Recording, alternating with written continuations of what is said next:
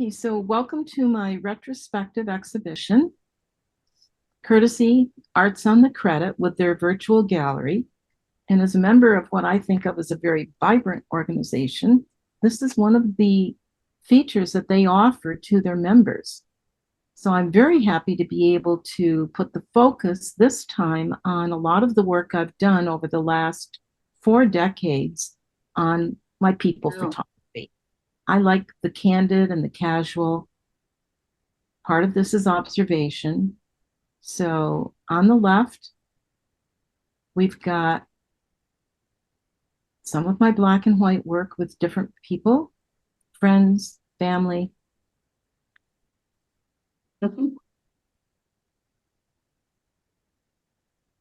People I've babysitted, and people that I've watched at big family gatherings.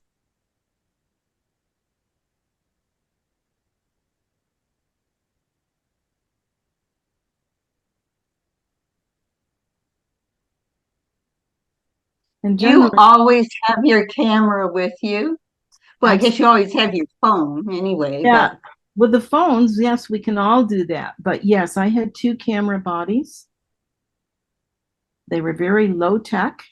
So whether I was out with friends, at the races, a lot of family and friends gatherings, there'd be one camera loaded with black and white because I've had a number of dark rooms over the years. And then usually the other would tend to be the Kodachrome or different kinds of slide film. I did some color print work, but I tended to really prefer the Kodachrome 64.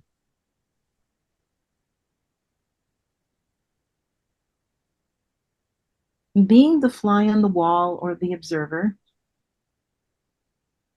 in some of the more modern day catches, we're now entering a look at some of the digital captures, which were not done with the big girl camera. They were quickly snapped and caught with the cell phone. wow.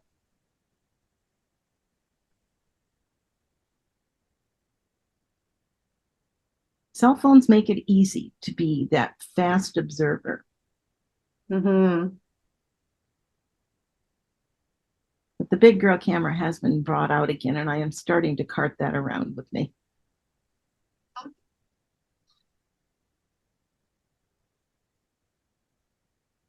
And so that's the end of what we've got with the show. Okay. And so while it gets reloaded, I'm just curious if people would be okay to just give a quick response on the face of it, which is the name of the show. What are some of your quick impressions about, oh yeah, or I like this one, or I wonder, does anybody have any quick reactions that they might share? I like the Gail on the children. swing. I'm sorry, I hear children, and what was the other?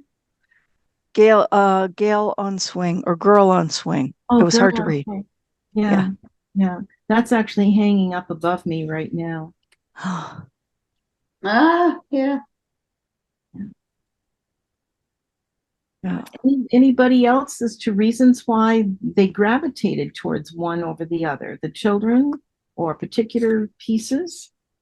What were some of the first responses? Right, Connie. The Sorry, I'm children are late. just I didn't see them. I'm sorry for Oh, wait. Sorry, I was just saying that I just joined in, Connie. Sorry, I didn't see them yet. Oh, okay. Okay. Well, we're going to be going through it in more depth, but I did a little technique of kind of I was telling Ray, it's a little more of a teacher technique. Let's have everybody have a quick look and then just make note of some of your first gut responses or impulses. What is it that, oh yeah, did anybody find that they had a first take? And I've heard people say, well, they liked the children and the girl on the swing. And I'm going to really quickly pull up what I just did. I wanted to be able to comment that what do people think of oftentimes when you're thinking of portraiture, photography of people? Does anybody have any quick responses on that? A definite pose. Okay, so A pose for the result. Okay, opposed Yeah. for the result. Something planned. Okay, anybody else? So if you That's get what I was thinking. Pardon? if you get into the past, it's a kind of lot of reflection, Okay, reflection of the self, and it's kind of those moments are of course frozen into the photography. So yeah, it, okay, it's very elevating at times to me when I go back okay, and see the anybody's or my childhood. right, It right. really interests me a lot. Mm-hmm, mm-hmm. Start thinking, your stream of conscious starts Yeah. running to that era of time, that period.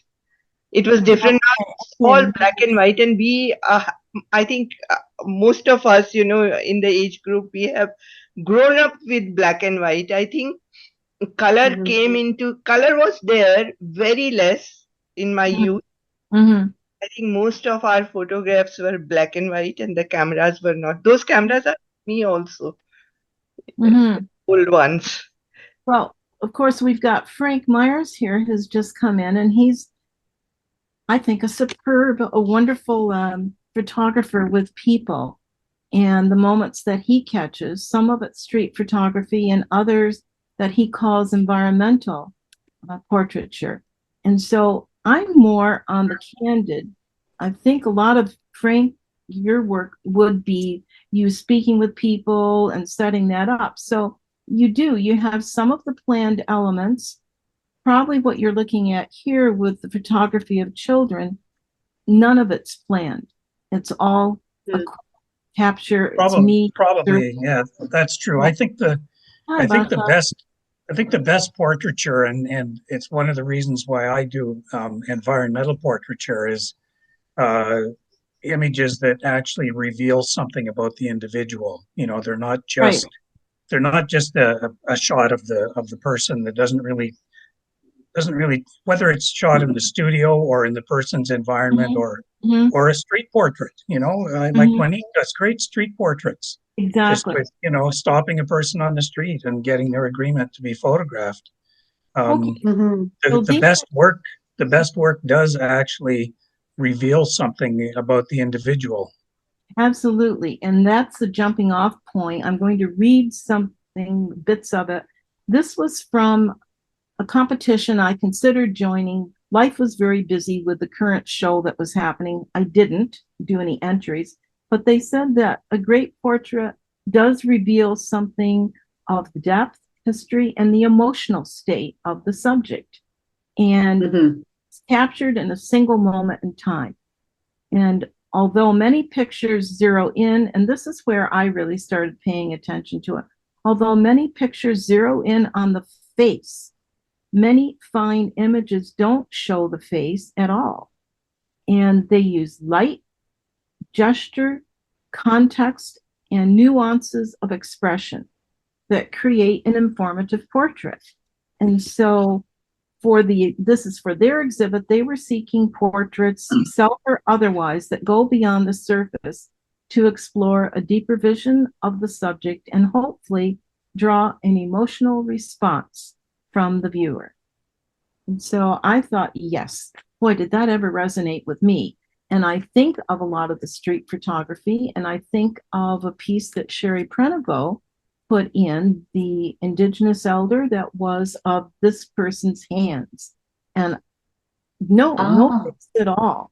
It was just stunning.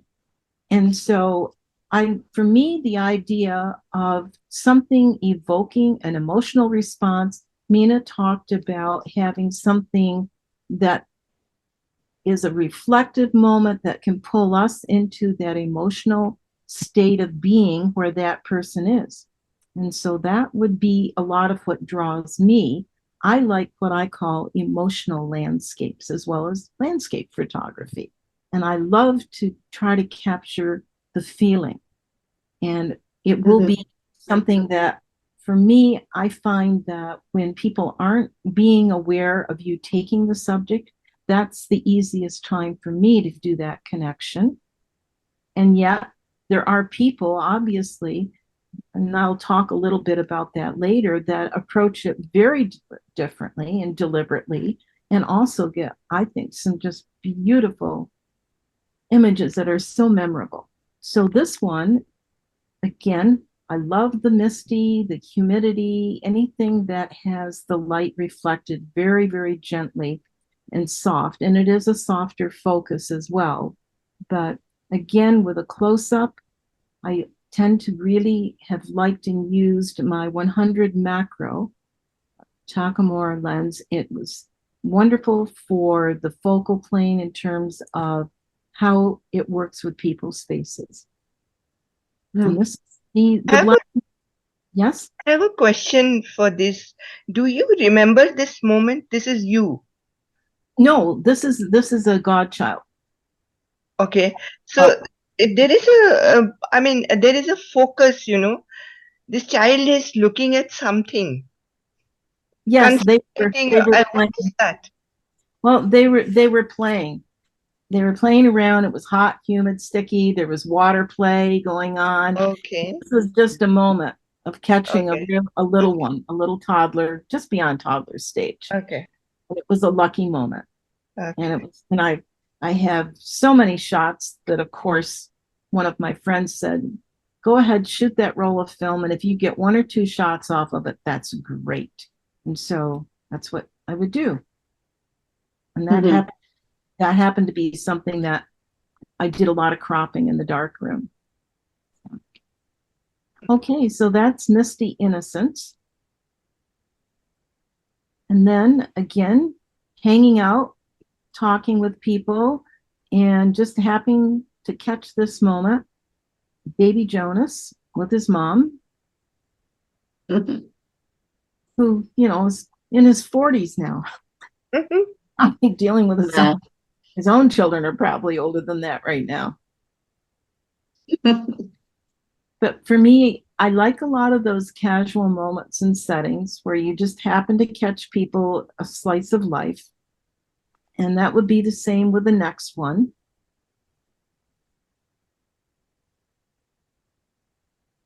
And this would be Matt, one of my nephews. That's very sweet. So sweet. Yeah, we'll see him later as a tree climber, but it is absolutely amazing to see and to look back at some of that. I always found in that family, there was no apparent sibling rivalry.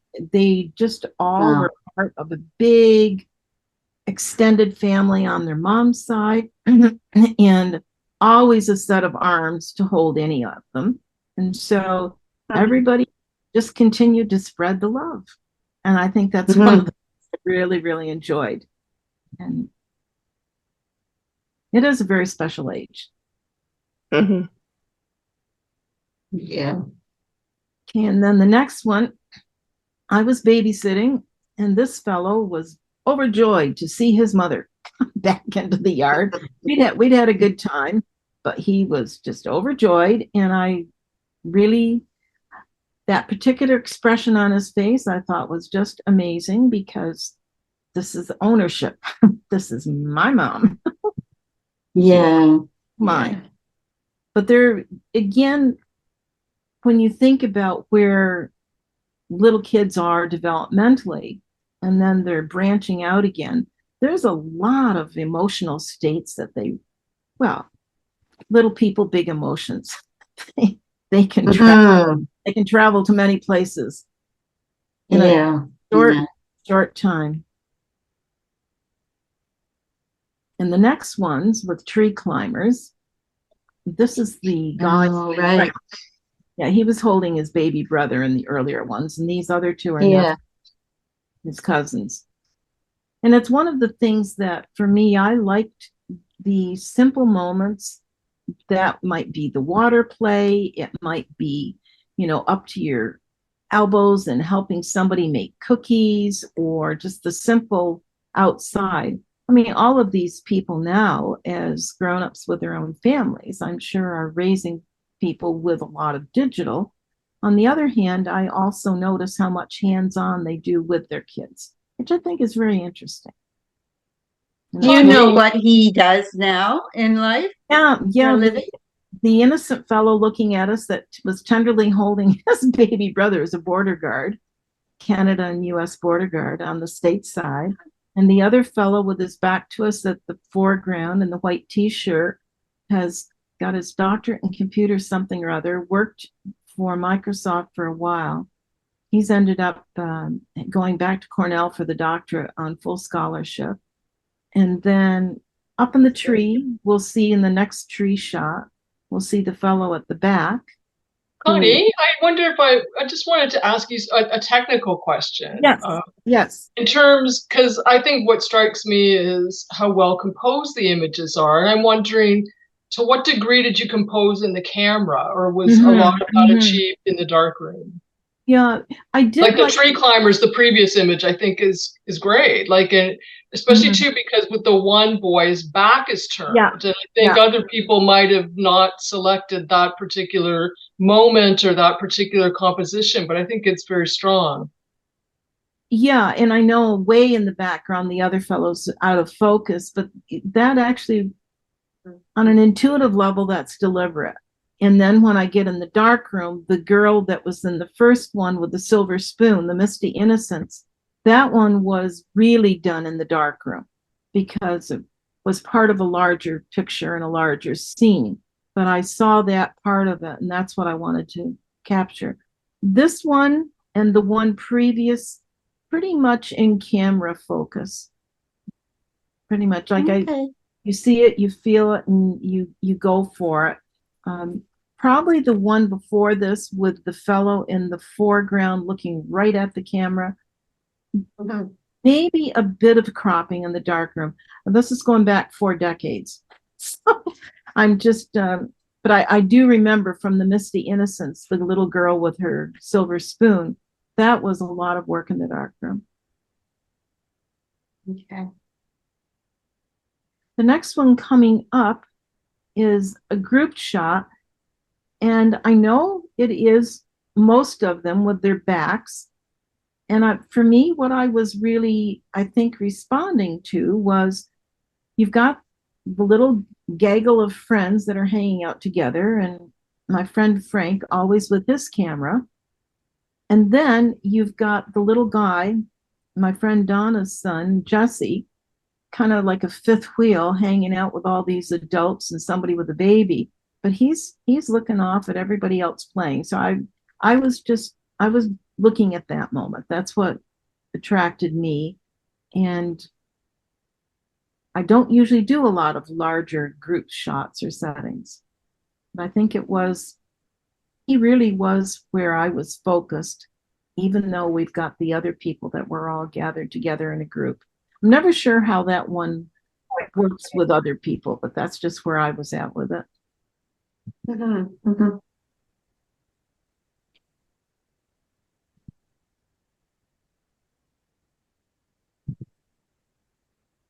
And this was my being pardon? Yeah, I'm being a voyeur, an observer. Just found it fascinating. I don't go to the track very often, but people's behaviors when you're at the track, there's a lot to watch. That can be serious business. So while you have all the different types of play that we can be involved in as children, then we've got how we can play when we're adults and the chances that we take in life. And then finishing, I think, my black and white, we're now moving into the last one of the black and white, which is Girl on a Swing. And yes. Yeah, that one I was so happy to capture that moment. I am looking at things that I could not find all my original JPEGs for. That's why we're seeing a difference in light on this one. And so it is a limited edition print. It's the one that's hanging up behind my head. And this little 3.5 or 4-year-old just could not believe I was not going to stay down there and play with her. I was going to go up to the big house, and I was really going to go visit those babies. Yeah, well, that's why I came. I wanted to see her aunt's new baby, the new cousin, And this little girl also had a young baby brother. She was not as impressed with the baby scene, and I thought you came to play with me. And I thought that look, turning away that perplexed feeling, and she was trying to process that, it was very fortunate.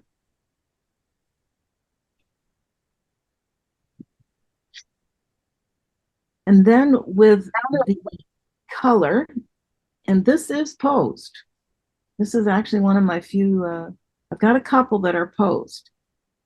And this would be one. We both had our cameras with us. I had black and white and the color. And we were out in a cemetery, I believe, in Guelph. Cemeteries have absolutely stunning landscapes, trees, things that you can play off of. Mhm. And the next one, again posed. Trevor enjoyed dressing up. Hats, definitely. And so I always thought this was kind of like the gentleman look, you know? The Southern gentleman. Yeah. And then the next one, very much not posed. Leah. This was such a moment, handheld, available light. I just was so happy to be able to capture this because that was a moment of incredible introspection for him. And it was a very private moment. And I was really happy to be able to capture that. Kind of like the misty innocence as well. I felt really happy to be able to focus in on that. And so that's when I started thinking about the emotional landscapes of the heart. Yeah, I like that one. Mm-hmm. And then moving on, we have a different with cell phone entering and taking a look at the intense focus of artists at work. And this is actually one of the open studios that Visual Arts Brampton runs on Wednesdays with the group of portraiture artists. Sherry Park is part of that group. She's part of a number of different groups where they have models come in and do life drawing. Mhm. And the gentleman with the back of the head right up in the corner, I really aspire to be able to do a photo shoot with him sometime. He is an interesting person and quite shy. Now I understand from Sherry he's not shy, but I don't speak his language, his first language. And as far as I can tell in that group setting, he appears as very shy and withdrawn, but he lugs his easel. He comes all the way in from Hamilton by bus to go to that group when he's there. Wow. I know. Wow. Yeah, he cuts an amazing figure coming in the wintertime and the big open galoshes and the hat with the flaps down over the ears and the easel. And he is just very much who he is. And that's what really attracts me. Like that intensity. And then the other Yeah. back of his head there, he is equally focused and having any kind of a discussion. I would really like to be able to do some of my candid photoshops of the people that are in that group. They're very interesting people when they're so engrossed in their work. Mhm. Mhm. Okay, and then the next one that we're coming up to is people in the group probably know Mina Nunes, who is the artist who did the portrait on that wall, which was in the May Contact show. Oh. Spaces and Spaces, figuratively speaking. And I found that picture had an amazing effect on people.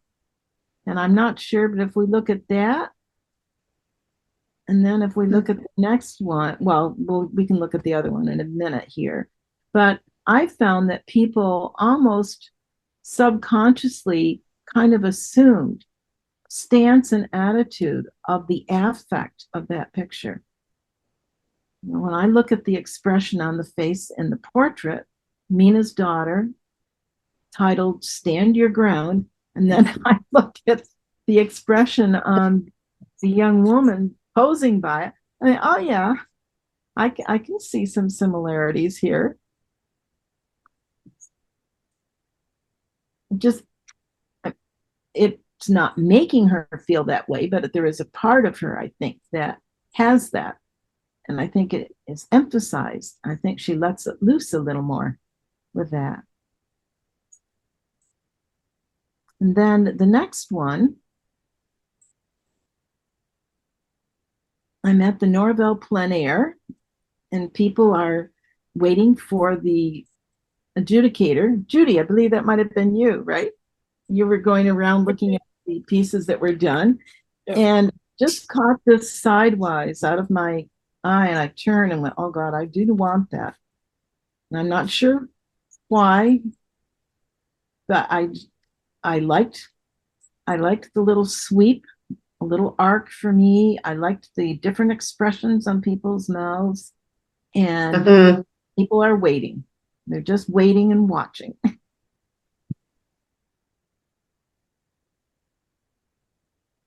And then in the next picture, we have people that were waiting a long number of years to retire.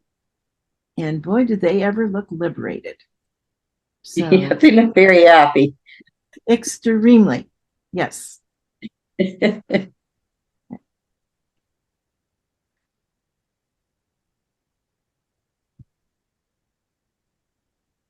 The other expression I really enjoyed catching with this one, she is definitely Grandpa's girl, and she really enjoyed the crocheted poncho I gave her.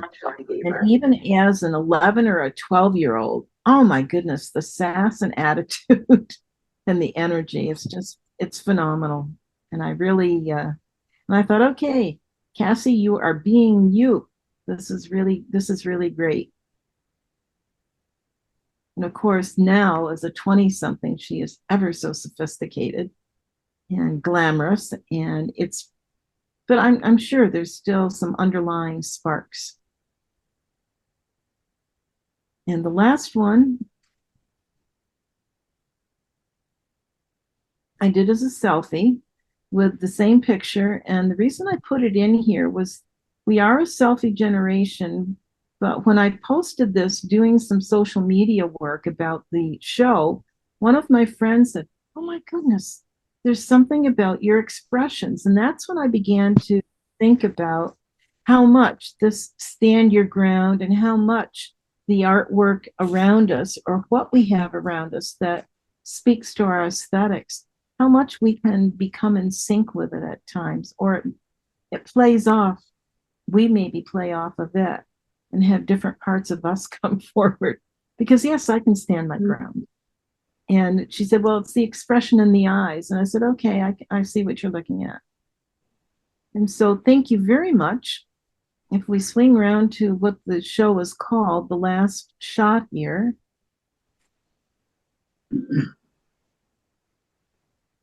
It is enlarged retrospective. Yeah, it is enlarged retrospective.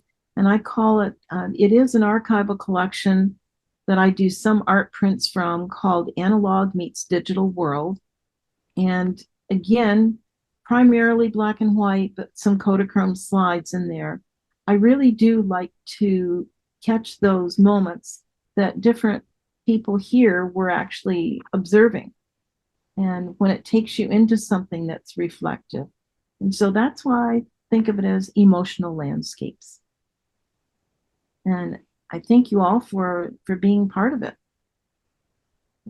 Well, thank you for sharing. I think I will look at my photos I have boxes of Yes. a little differently, you know?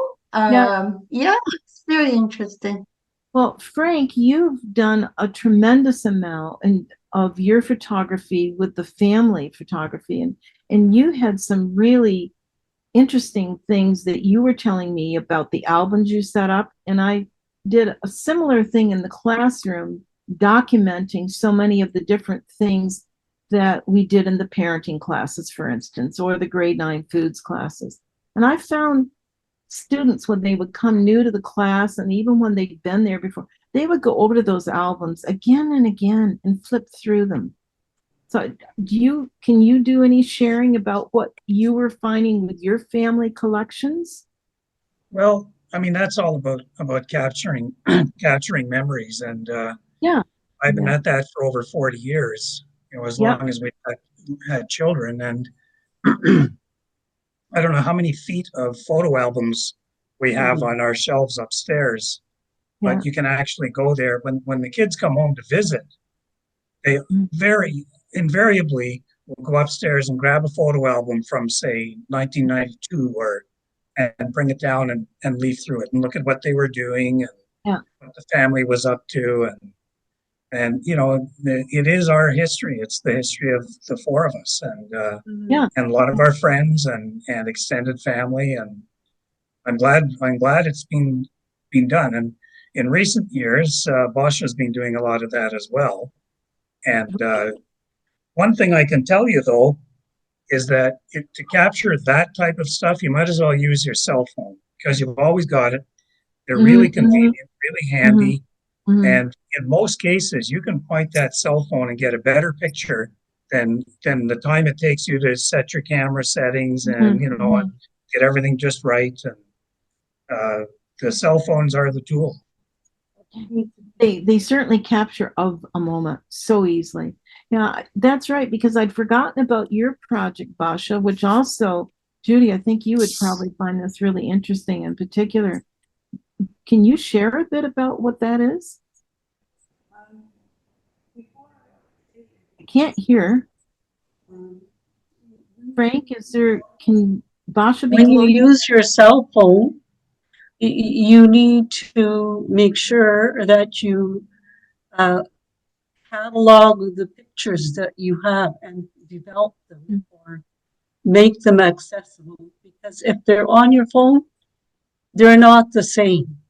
And I think Frank and I both discovered he was a real true camera photographer, and I found using my phone was more comfortable.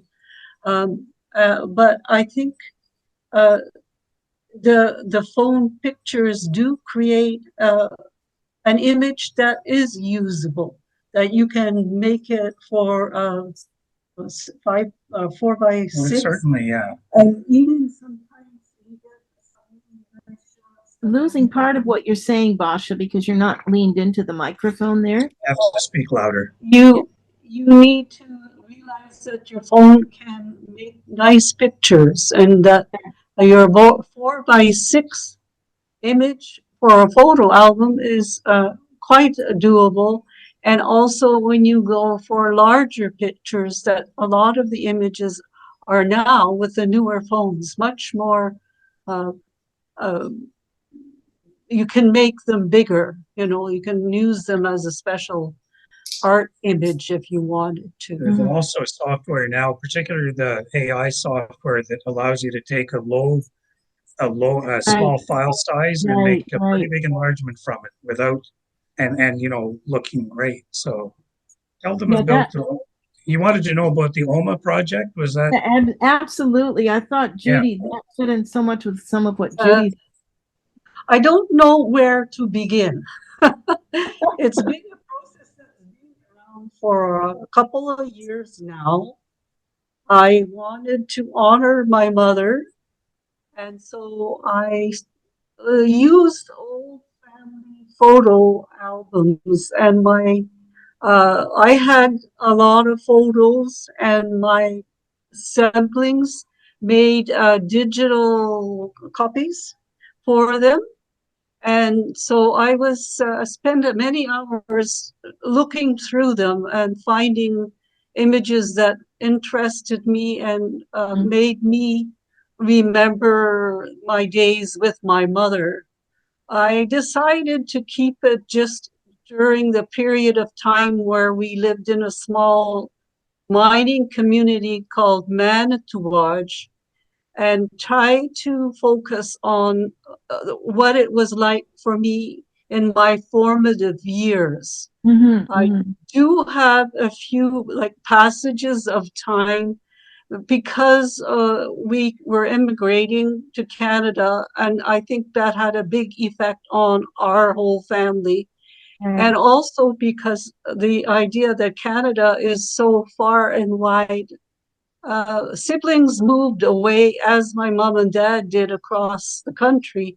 So I didn't see them very much, but that way I was able to express a certain sense of what it was like to be an immigrant daughter, first generation, to be separated from her relatives and separated from her parents. And also, this way, I think it's a story not only about my mother, but Yeah. about myself as well. Right. And Right. so that was my So, efforts. so there are 40 brief stories. I'll get Yeah. there are 40 brief stories. I'm going to get my iPad for a minute. Mhm. Yeah, Uh, this is a project Bosch has embarked on that's at the publishers now, isn't it, Frank? Yeah, we're just doing a blurb book, but Yeah. our son works at Penguin Random House, and he has a friend who does the design work for a lot of their Right. books, and Right. he volunteered to do. He did my retrospective book. He did the design for it, Uh-huh. and he's working right now on Basha's Oma Stories book, Yeah. just as a project at home, like on the side, because he likes the challenge and likes doing things, like Mhm. that for people. Well, I Um, know that's something that you had worked on when you were at PAMA too, wasn't it, Judy? That you took old photo albums and photos and did some. I did. So the archives at PAMA, they would often have things that were kind of cast off, like so where someone had donated an album and the archives would retain the photographs in the album. So we're talking kind of 19th and early 20th century Wow. albums, which were pretty elaborate and were made to house like larger size photos, like carte de visite and cabinet card photos. So they would give me the empty albums, and in some cases, a person had written in them. And of course, the context no longer existed. The photograph had been removed. So I used those albums as a base to kind of reinvent a story around those words. And I Mhm. photographed images and compiled them into an album. So I'm very much about like the object. Like I appreciate the convenience of cell phone images, but I think it probably owes to my work in museums and archives and galleries that where it's really the physical object that tells the story, and I think that people have a very immediate and real connection to, more so than something virtual. Yes. it's interesting because a lot of the 40 stories that she's written are centered around an object, like a family heirloom that she has, Oh, a shawl or yeah. I don't know, what's another example? And you have to speak up. Can't hear. Yeah. Frank, can Basha move closer to the mic? Yeah, there you go. Jewelry box or a picture of a shawl. One of the ones that I particularly like is I made a picture of my own about a picture of flowers that I created the photograph, and then I made the story to go with You have to speak into the mic. made the story about the flowers and how she used to use her scissors to prune the gardens of the neighbors. She'd Oh, go for a walk with scissors in her purse and come home with a bouquet of flowers. So you see, I never, but she also had many religious icons because she's very religious, and she would cut the flowers and put them in front of, the statues of Jesus and Mary and Joseph. And when my family would object, she would say, I'm just trimming the flowers. There'll be more. So with my story, I was able to express her personality and Yeah, how the yeah, goings on, as well as I was also able to do a creative thing and take pictures of my own, yeah, which yeah, are representative of the story themselves. yeah, So yeah. that's, and I used old photo albums and looked up of, you know, people who I hardly know. Yeah. But at the same time, um, they are people who I really find important. Yeah, gotta keep facing the mic there. There. Yeah. Okay, so I I was thinking like here is a picture on my couch of the relatives, my mom and dad's family, who I hardly know, and I use that. I have the frame print on the wall, and I talked about how important her family was. Mhm. And one story I wrote, Z is for Zawin, which is my mother's last name. And Okay. I went through all the different sisters and brothers in Yeah. the family. And to me, it's to let my kids learn about their ancestors. Mhm. And I Mhm. used old pictures like that. Those framed pictures came to Canada Right. in 1953, and my parents were married in 1949. So it's a long time. Those pictures were always on the wall in your family home. Yeah. Yeah. So those Yeah. are the kind of things I did in my Well, book. it's one of the things I wonder about with people because we use our cell phones so much. And at the same time, the family pictures on the wall. It's one of the things as a small child, I used to be fascinated with my grandparents, my Oma and Opa, up Yeah. at the big house because in their bedroom they had salon style hanging. It was chock full of pictures.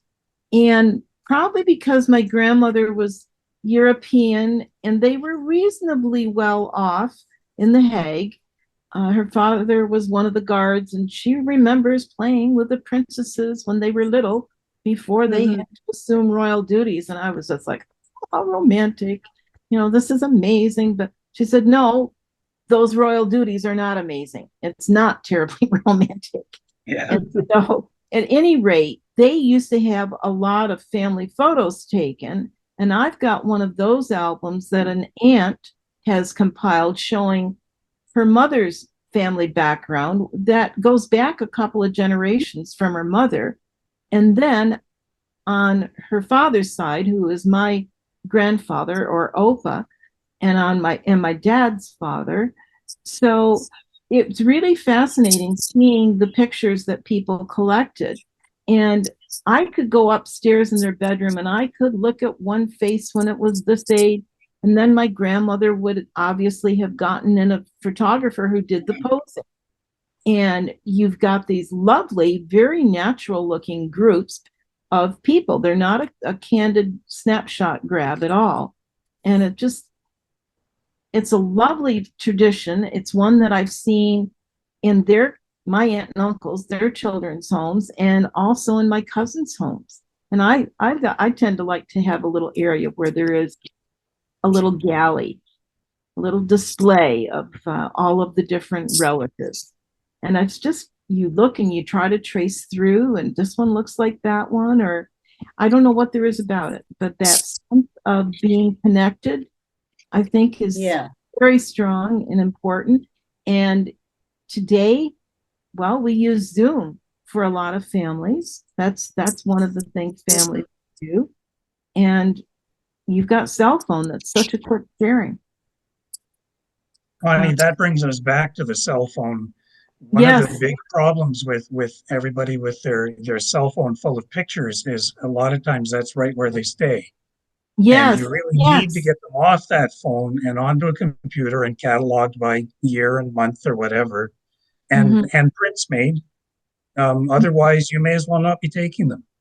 Yeah, because what do people really enjoy? Do you like having somebody put a cell phone in your face saying, "Oh, look at this, whip through," or is it that luxury almost of being able, you spend time together in real time, and you're at the house having dinner or a barbecue, and you can go through, well, like you say, your children at what age? They go upstairs and they bring those albums out, don't they?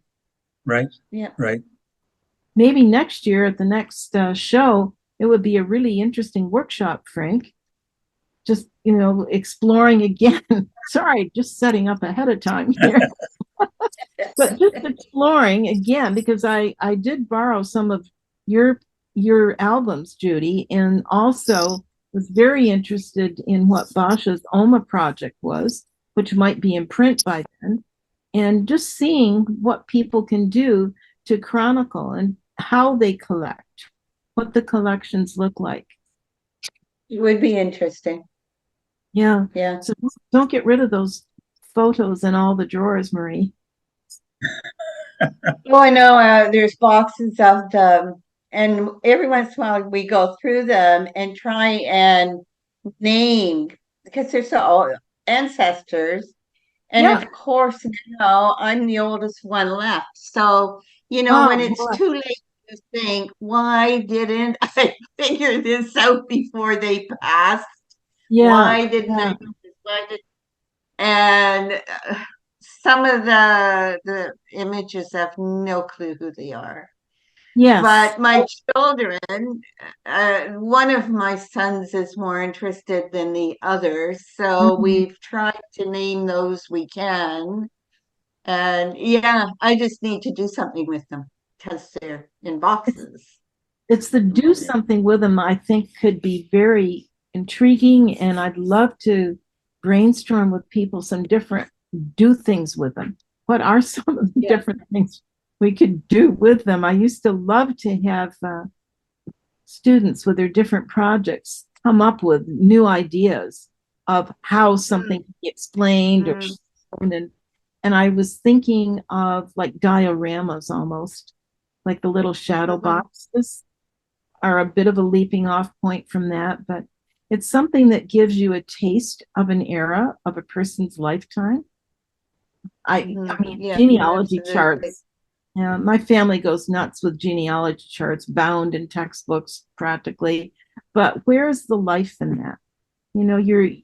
I know it's important to be able to factually track back for that, but when you remember the things about a person, like the Alma stories, bring somebody's life right there in front of you. You get a little slice of it. I think that my kids, when I was making the stories, I think they started to become more. They were real. Like my parents were not there. There were their grandparents, but they didn't know them. Yes. Or they didn't remember them. Yes. And I think it's subjective, mind you, my stories. But at the same time, I think I keep telling my brothers and sisters, it's better to have a subjective and let the people who read it think and put the pieces together. Yeah. Because you cannot tell the whole story. It's never going to be all about your relationship with your parents and how you experienced a certain day or whatever. But it does kind of make a accumulation of pieces of a puzzle or a painting or something that makes it deeper. That's what I think. Yeah. Yeah, because the stories keep getting bigger because we also have my mom, she had a sewing machine, and she earned her first paycheck and bought this sewing machine when she was a young girl. And when we emigrated, it came to Canada, and it's moved from one end of the country to the other. with her. And Mm. this summer, I brought it to my daughter. And I have a picture of it in her back seat of our car. And it's strapped in and is having a ride to another destination. Oh, I love that. Oh my gosh. So the story doesn't quit, you know, it's kind of, it gets Yeah. bigger if you want it. Yeah.